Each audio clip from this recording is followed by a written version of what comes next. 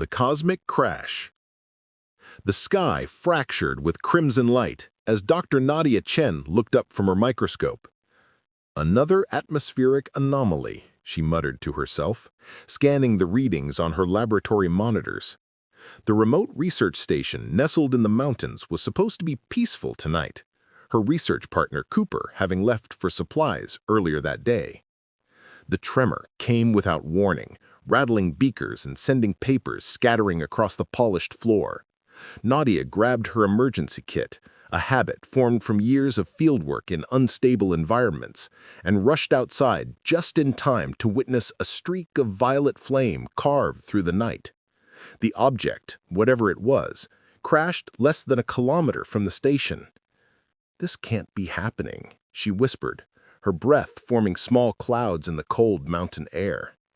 Her scientific curiosity overrode caution as she moved toward the impact site, the portable scanner in her hand registering unusual energy signatures, unlike anything in her database. The crater smoked with a sweet metallic scent, and at its center rested something that defied conventional description. Not quite a ship, not exactly a pod, but a structure that seemed to shift slightly when not observed directly, like trying to focus on a dream after waking. Nadia approached carefully, her heart pounding against her ribcage. "Hello?" she called, immediately feeling foolish for expecting a response from a crashed object. The surface rippled, then parted like liquid mercury, revealing a figure that unfolded with impossible grace.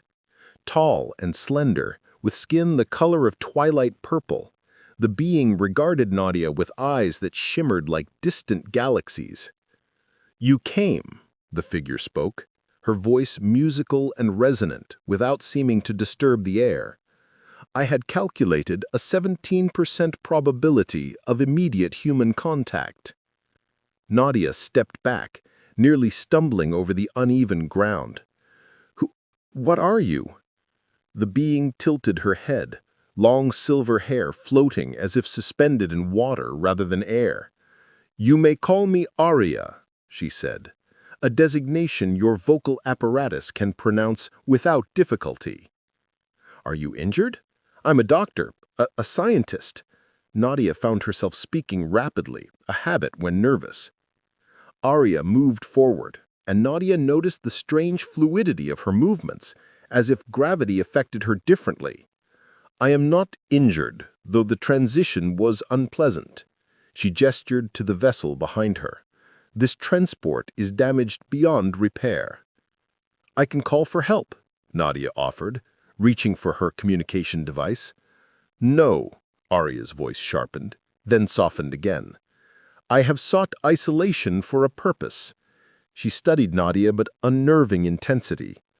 "Dr. Chen, your species has such potential, yet remains so limited." "How do you know my name?" Aria smiled, revealing teeth that gleamed like opals. "I know many things about you, Nadia Chen." She moved closer, raising a hand that seemed to gather starlight in its palm. "I offer you a proposition.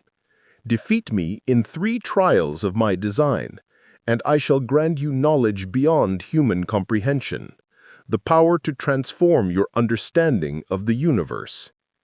Nadia stared, torn between scientific skepticism and the undeniable evidence before her. "And if I refuse? Then I depart, and humanity continues its slow crawl toward enlightenment." Aria's eyes flashed. "But you won't refuse. Your curiosity burns too brightly. It's why I chose you." "What are these trials?" Nadia asked, already knowing she would accept. "The first begins now," Aria whispered, reaching forward to touch Nadia's forehead with fingertips that felt like ice and electricity combined. Reality dissolved around them. Trial of the mind. Nadia's consciousness spun through darkness, the world around her dissolving like sugar in hot water. When her vision cleared, she found herself standing in a vast library that couldn't possibly exist. Books stretched infinitely in all directions, shelves towering beyond sight, yet somehow she could perceive their entirety. "Welcome to the first trial." Aria's voice echoed from everywhere and nowhere. "The library of memory." Nadia turned slowly, trying to orient herself in the impossible space. "What am I supposed to do here?" "Find the book that matters most." Aria appeared beside her, her purple skin luminescent in the soft light. "Every volume contains a memory, yours and others. Some are true, some fabricated, some stolen from potential futures." Nadia reached for the nearest shelf, pulling a leather-bound tome that felt warm to the touch. Opening it released a cascade of sensory information. She was 7 years old again, crying after falling from her bicycle, her father's concerned face swimming into view. "That's my memory," she gasped, closing the book. Aria nodded, moving with that strange liquid grace. "The trial is not merely to find your memories, but to discern truth from illusion, to understand which memories shaped you fundamentally." Cooper slammed his hand against the steering wheel of the research station's truck, stuck halfway down the mountain road by an unexpected landslide. "Damn it," he muttered, checking his communications device again. No response from Nadia, which wasn't like her at all. Something flashed across the sky, a violet streak that disappeared behind the mountain peak. Cooper narrowed his eyes. A meteor? His scientific instincts screamed otherwise. He abandoned the vehicle, grabbing his emergency pack, and began climbing around the blockage on foot. Back in the library, Nadia moved through the labyrinthine shelves, opening books at random. Each contained memories, some hers, some belonging to strangers, some clearly impossible. She opened one that showed her accepting a Nobel Prize, another where she drowned as a teenager, an event that never happened. "This is impossible," she called out, frustration building. "There must be millions of books here." "Not millions," Aria appeared at the end of the row, her eyes gleaming. "Infinite. Yet only one matters. What shaped Dr. Nadia Chen? What moment made you who you are?" Nadia closed her eyes, thinking. What single memory could define a person? Her parents' divorce? Her first scientific discovery? Her rejection from her dream university, which led to a different path? "The answer isn't in your achievements or failures," Aria whispered, suddenly beside her. "Look deeper." Nadia moved forward, drawn by instinct to a small, worn book tucked between larger volumes. It seemed unassuming, easily overlooked. She pulled it free and opened it with trembling hands. The memory bloomed around her. She was 16, sitting at her grandmother's bedside. The old woman was dying, but instead of grief, she spoke of wonder. "Death is just another transformation, Nadia," she had said, "like water becoming steam. We change forms, but our essence continues. Never fear exploring the unknown." Tears streamed down Nadia's face at the forgotten memory. "This one," she whispered. "Why this memory?" Aria asked, her voice gentler now. "Because it's when I decided to dedicate my life to understanding transformation, not just biological processes, but the deeper nature of existence. It's why I became a xenobiologist, to understand life in all its forms." The library shimmered around them, books dissolving into particles of light. "The first trial is complete," Aria said, a hint of approval in her voice. "You've remembered your purpose. Few humans ever do." Cooper reached the research station, finding it empty. "Nadia!" he called, moving quickly through the labs. He spotted the notes on her desk, calculations about the atmospheric anomaly, and through the window he could see footprints leading away from the station towards the mountains. "What have you gotten yourself into now?" he muttered, grabbing additional equipment.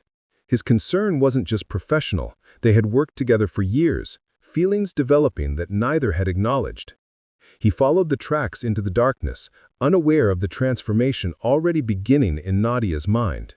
The Heart's Labyrinth. The library dissolved like mist around them, particles of light rearranging into a new reality. Nadia found herself standing at the entrance of a vast maze with walls that pulsed with a soft, purple-red light as if they were made from living tissue. "The second trial begins," Arya announced, her form shifting slightly, becoming more ethereal. "Welcome to the Heart's Labyrinth, Dr. Chen." "A literal heart or a metaphorical one?" Nadia asked, her scientific mind automatically analyzing the structure before her. Arya's lips curved into a smile. "Both and neither. This maze responds to emotion rather than logic. The path changes with each feeling you experience. There is no map, only truth." Cooper climbed the rocky terrain, following the disturbed ground that marked Nadia's earlier passage. The crash site came into view, a smoking crater with a strange, mercury-like object at its center. The air around it shimmered with unusual energy patterns that made his skin tingle. "What the hell is this?" he whispered, approaching cautiously. His equipment registered off-scale readings across multiple spectrums. The object appeared solid from one angle, then seemed to phase in and out of reality from another. He circled it, searching for any sign of Nadia. Inside the labyrinth, Nadia cautiously touched one of the walls. It felt warm and responded to her touch with a ripple of light. As she moved deeper into the maze, the walls began displaying images, memories again, but different from those in the library. These showed moments of emotional significance. The first junction revealed two paths. One wall displayed her academic achievements, awards, and recognition. The other showed intimate moments she'd shared with others, her few lovers, friendships, the complicated relationship with Cooper that had always simmered just below professionalism. "Which path will you choose?" Arya asked, appearing beside her. "The mind or the heart?" Nadia hesitated, then stepped toward the path of connections. "I've always chosen my work," she said quietly. "Maybe that's why I'm alone." The walls pulsed brighter as she walked, showing her moments she'd forgotten or suppressed. The time Cooper had nearly kissed her during a late-night research session. The way she'd pulled back, afraid of complicating their professional relationship. The loneliness of her apartment despite its prestigious location. "Why does this trial focus on my personal failures?" Nadia asked, her voice tight with emotion. "Are they failures or choices made from fear?" Arya moved beside her, her purple skin glowing against the crimson walls. Humans build such walls around their hearts, fascinating constructions of logic and excuses. At the crash site, Cooper discovered a small personal device, Nadia's communication unit. He activated it, startled when a holographic display appeared, showing strange symbols that shifted and changed while he watched. "Nadia, if you can hear me," he spoke into the device, desperation edging his voice. "Give me a sign, anything." Deep in the labyrinth, Nadia heard Cooper's voice echoing faintly, as if from an impossible distance. "Cooper?" she called out, turning in circles. "He searches for you in the physical realm," Arya explained, "while you journey through emotional dimensions." Her expression became curious. "This man matters to you." "He's my colleague, my research partner," Nadia replied automatically. Arya's laughter was like distant wind chimes. "Your heart betrays your words, Dr. Chen." The walls around them flared brighter, displaying moments when Nadia had watched Cooper working, admiring not just his scientific mind, but the strength in his hands, the focus in his eyes. I never acted on it, Nadia whispered. Why? Arya moved closer, her presence both intimidating and alluring. Because relationships end, science remains. Does it? Arya questioned, her face now inches from Nadia's. Or does fear simply provide a convenient excuse? Something shifted between them, a tension like static electricity. Arya reached out, tracing Nadia's jawline with cool fingers. Humans are so afraid of connection, yet crave it desperately. She leaned forward, her lips brushing against Nadia's in a kiss that felt like touching a star, burning, impossible, transformative. Nadia gasped, stepping back. What was that? The question that matters is how it made you feel. The labyrinth walls pulsed rapidly, then began dissolving around them. The second trial ends, Arya announced. You've confronted your heart's true nature, not its capacity for academic achievement, but its capacity for connection, its hunger for more than knowledge. As the walls disappeared, Nadia caught a glimpse of Cooper in the physical world, working frantically at the crash site, trying to understand the technology, trying to reach her. He cares for you, Arya observed. Yes, Nadia admitted finally. And I for him. Then the third trial will be most interesting indeed. Arya's eyes gleamed with ancient knowledge, for it will show you paths not taken and choices yet to come. Worlds between worlds. Reality fractured around Nadia, splitting into shimmering facets like a broken mirror. Each fragment revealed a different version of her life, paths not taken, choices unmade. In one, she and Cooper embraced in a sunlit kitchen of a home they shared, children's drawings magnetized to the refrigerator. In another, she accepted a prestigious award, alone in a hotel room afterward, the achievement hollow without someone to share it. These are potential realities, Arya explained, her purple form shifting between the fragments, each one equally valid, equally possible. Cooper worked desperately at the crash site, connecting his equipment to the alien vessel. Something's happening to her, he muttered, readings showing Nadia's vital signs fluctuating in impossible patterns. Hold on, Nadia. His fingers flew across the interface, trying to establish a connection. Nadia moved through the fragments, witnessing versions of herself she barely recognized, some happier, some more accomplished, some broken by tragedy. What is the point of this trial? She asked, touching a fragment where she and Cooper walked hand in hand along a beach. To understand that existence is choice, Arya replied, suddenly beside her, and choice is power. Each decision branches reality, creates new worlds. She gestured to a fragment where Nadia worked alongside alien beings, advancing human knowledge beyond imagination. You could have this, have anything. At what cost? Nadia whispered, looking between the fragments of potential lives. That, Arya smiled, is the right question. Cooper's device suddenly pulsed with energy, creating a temporary bridge between dimensions. Nadia, his voice cut through the fragments. Whatever's happening, I'm coming for you. He would risk everything, Arya observed, for connection, not knowledge, not advancement, for you. Nadia looked at the fragment where she and Cooper built a life together, then at the one where she transformed human understanding of the universe. Her hand trembled as she reached toward them both. The fragments suddenly collapsed, reality condensing around them. The final trial awaits, Arya whispered. Beyond the stars.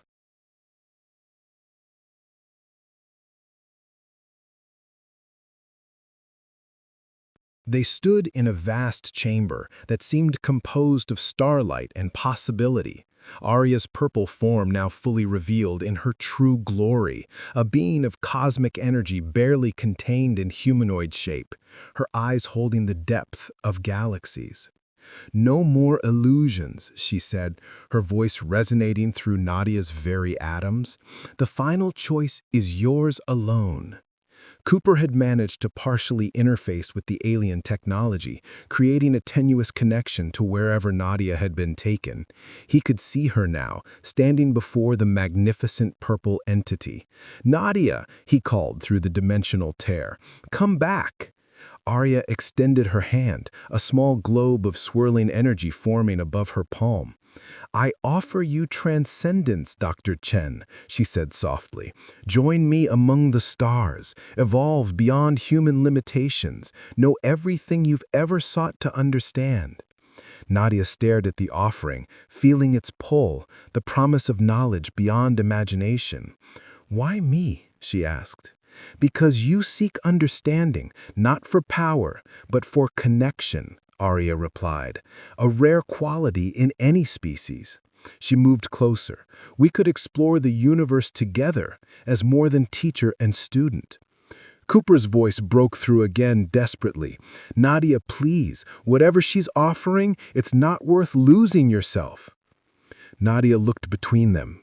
Cooper, representing humanity, with all its limitations and beauty, and Arya, offering cosmic transcendence and unimaginable knowledge. "If I accept, would I still be me?" Nadia asked. "You would be more," Arya answered. "But the essence that is Nadia Chen would transform, not vanish." Cooper managed to physically reach through the dimensional tear, his hand extending into their reality. "I never told you. I never had the courage. But I love you, Nadia. Have for years." Nadia's eyes filled with tears. The scientist in her yearned for Arya's offering, but her heart pulled toward Cooper, toward humanity with all its messiness and wonder. She stepped back from Arya's outstretched hand. "I choose to remain human," she said softly, "not because I fear transformation, but because I haven't finished exploring this form of existence." She looked at Cooper's outstretched hand, then back to Arya. "Knowledge without connection is empty." Arya's expression shifted through surprise to understanding. "Perhaps that is why your species fascinates me," she acknowledged. "You choose limitation for the sake of feeling." The cosmic energy in her palm dissipated. "You have passed all trials, Nadia Chen, not by accepting power, but by understanding its true nature." Nadia reached for Cooper's hand, their fingers intertwining across dimensions. As reality began reforming around them, Arya leaned forward, pressing her lips to Nadia's forehead. "I leave you a gift nonetheless," she whispered. "Not all knowledge, but enough to guide your path. A beacon for when humanity is ready." The dimensional barriers collapsed, Cooper pulling Nadia back into physical reality as Arya's vessel began to glow, preparing for departure. Their eyes met one final time across the closing gap between worlds. "Will we see you again?" Nadia called. Arya's smile was like starlight. "I will watch your journey," she promised. "Perhaps when you've explored this existence fully, you might be ready for the next." The vessel vanished in a pulse of light, leaving Nadia and Cooper holding each other under the night sky, forever changed, yet still wonderfully human, connected not just by knowledge, but by something far more powerful.